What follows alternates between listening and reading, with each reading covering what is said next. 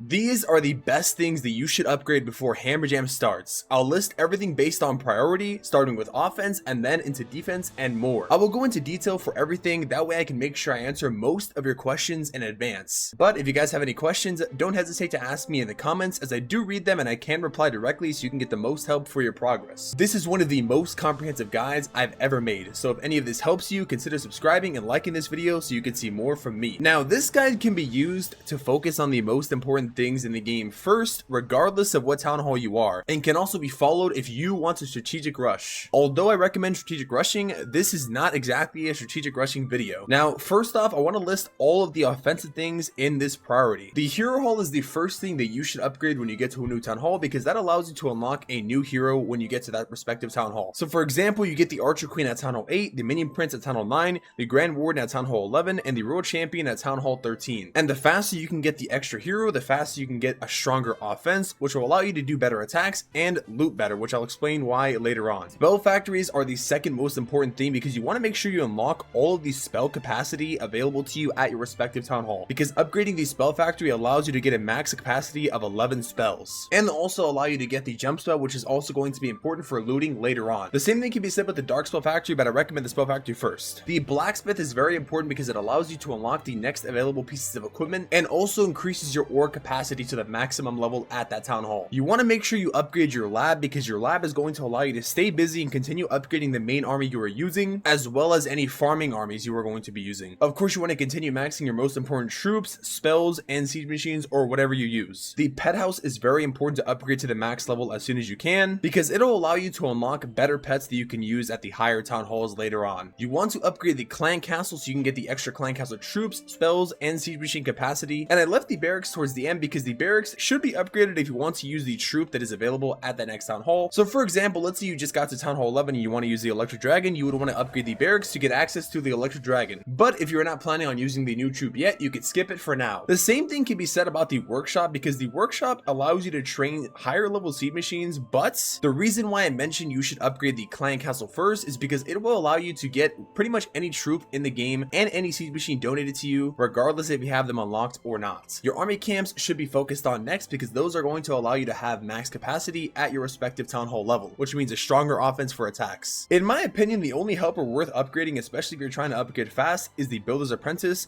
The lab assistant is nice, but honestly requires too much gems, and if you really want to focus on upgrading efficiently, I recommend upgrading the builder's apprentice first and doing the lab assistant next, and skipping the alchemist honestly altogether. Now I want to get into some pet house recommendations really quick, because this is important, especially for Hammer Jam when you're not trying to waste time. I recommend you skip the lassie, the electro owl, the mighty yak, and only upgrade the unicorn at town hall 14, because honestly these pets are going to be replaced later on, if not very shortly, if you are strategic rushing or you're trying to get to these upgrades faster. At town hall 14, I recommend prioritizing the phoenix first, the diggy next, and the frosty last, and you should skip the poison lizard because you're probably never going to use them. Pretty much every pet after the phoenix is very good and serves its own unique purpose for pretty much most attacks, but the best pets in the game are arguably phoenix, spirit fox, sneezy, and a mix of these: the unicorn, the frosty, the angry jelly, the sneezy, and the diggy. This is based on the meta overall for diversity and strength. Another thing you should keep in mind is doing your storages, because these will allow you to get the maximum value of runes when you're upgrading, and it will also allow you to farm to the maximum loot amounts, especially if you're waiting for the next upgrades to start. Now I want to give you guys some solid equipment recommendations to go for as well. These are the best two most versatile equipments for each hero that will get you through most armies. For the king, I recommend the quake boots and the spiky ball. For the archer queen, I recommend the magic mirror and the action figure. For the minion prince, the henchman puppet and the dark orb. For the grand warden, I recommend the eternal tome and the healing tome, or the rage gem. And for the road champion, I recommend doing the electro boots and the rocket spear. These are the most versatile and will get you through most armies, allow you to switch easier, and they're also arguably the best for each hero anyways, respectively overall. For farming though, if you want to get the max value and you already have these maxed, for looting, I recommend damage equipments and upgrading them to help fast with farming. I recommend the same equipments I said before for the king. For the queen, I recommend adding the giant arrow to snipe the storages in the middle. Same for the minion prince. I recommend adding the fireball or the heroic torch, because that will allow you to get storages deep inside the base and also snipe the storages and collectors on the outside of the base fast. And for the royal champion, I recommend the same for farming. Now when it comes to lab upgrades, I recommend you upgrade the goblins, wall breakers, jump spells, and haste spells, because this will allow you to get the most efficient army to farm in the game with, which is super wall breakers and sneaky goblins. After this, you pretty much want to upgrade your main army and any supporting troops first. So you would do your main troops, whatever you're using, your main spells, vehicles, and your main siege machines, which can kind of be skipped because you can get them donated anyways. It sounds simple, but I always see people upgrading a bunch of useless stuff that they're not even going to use. If you use ground troops, I recommend you upgrade the wizard and the P.E.K.K.A because that is going to affect the level of the siege barrack troops you get that come out. Obviously, root riders and valkyries are the most meta troops, or whatever else you're using, and the archers, giants, and barbarians. And the archers, giants, and barbarians also affect the level that the troop thrower throws when it's throwing troops. So if you want to get the maximum value out of the troop thrower, I recommend you upgrade those as well. Now, if you want to do hero upgrades now before hammer jam, I recommend only doing the warden because the warden is the most important troop and you can't really attack without him. But I recommend doing your heroes during hammer jam since you can do so many levels during that time period, especially with builder potions. Now, for hero upgrade priority during and before hammer jam, I recommend you focus on the grand warden and the royal champion because those are the two most important heroes for most attacks in my opinion and control the most of the meta attacks currently, that being fireball and RC charge. Archer queen is probably the third option since you will use her often, and for the barbarian king and the minion prince, it depends on your army selection. Are you running an air or a ground army? Then you go from there. But like I mentioned before, I recommend following this upgrade rule during hammer jam: warden, champion, queen, king, and prince. Just do them all at the same time during hammer jam, or at least in this order. Now that we have covered everything for offense, let's get into the defense. I save this for after because doing offense first is important and should be done before or during defensive upgrades always. Now, before I get into defenses, I highly recommend you play builder base to get the minimum level it takes for you to unlock the geared up archer towers, cannons, and multi-mortar. These are going to be essential to get to Townhall 17 and beyond. Actually, it's not essential, it's a requirement to upgrade later on. They don't take that long, but it's something to consider while you're doing all of this. Now, here comes the defense's priority. Regardless of your town hall, the general rule for me is to prioritize the strongest defenses first. I also highly recommend always upgrading air defenses because a lot of people use air spam due to how easy it is overall. This might help you defend better in wars and while protecting your farming loot. I also recommend you do your air sweepers too because they max fast early on. So at Townhall 9 you get expos, which you should upgrade those first. At Townhall 10 you get inferno towers, which should be focused on next. At Townhall 11 you get the eagle artillery. Now this is important to max each town hall so you can keep your progress going smoother later on if you decide to strategic rush, or if you get to Townhall 17 at some point. Now Townhall 12 doesn't have any signature defenses except for the weaponized town hall that gets introduced to you, but you should upgrade your cannons and archer towers to max level moving forward as they will be very important later on. For Townhall 13 you get the scatter shots. Townhall 14 adds an ability to builder huts. They can now repair surrounding buildings during battle. Now this is the first time I'll make an exception to where you can skip doing some of these if your goal is to strategic rush at some point. Townhall 15 you get the monolith and the spell towers. At Townhall 16 you get the merged cannons and archer towers. Now remember when I said cannons and archer towers should be prioritized at Townhall 12 and beyond? You need to have these maxed in order to merge and get these. That's why the cannons and archer towers are very important to have at the highest level. At Townhall 17 you unlock a variety of new defenses, the most really from any town hall. Starting off, you need to merge the eagle into the town hall, and that's why I said maxing the eagle artillery is important. Now you get the fire spitters, more merged defenses, the multi-gear tower, the gigabomb, and currently access to the crafted defenses. I highly recommend you max the town hall weapon first as it does a lot of damage. And I don't recommend upgrading the seasonal defense because it is getting very close to a new town hall, which means these are going away. Now if you decide to strategic rush, I recommend upgrading all of these in order moving backwards first, since technically those would be the strongest in order. So you would go fire spitters, spell towers, the monolith, merge defenses, etc. Basically whatever is the strongest defense available to you. Now you might have noticed that I left out quite a bit of defenses and traps. These are like the standard items I recommend skipping and doing later during hammer jam where you can complete a lot of them at once. So mortars,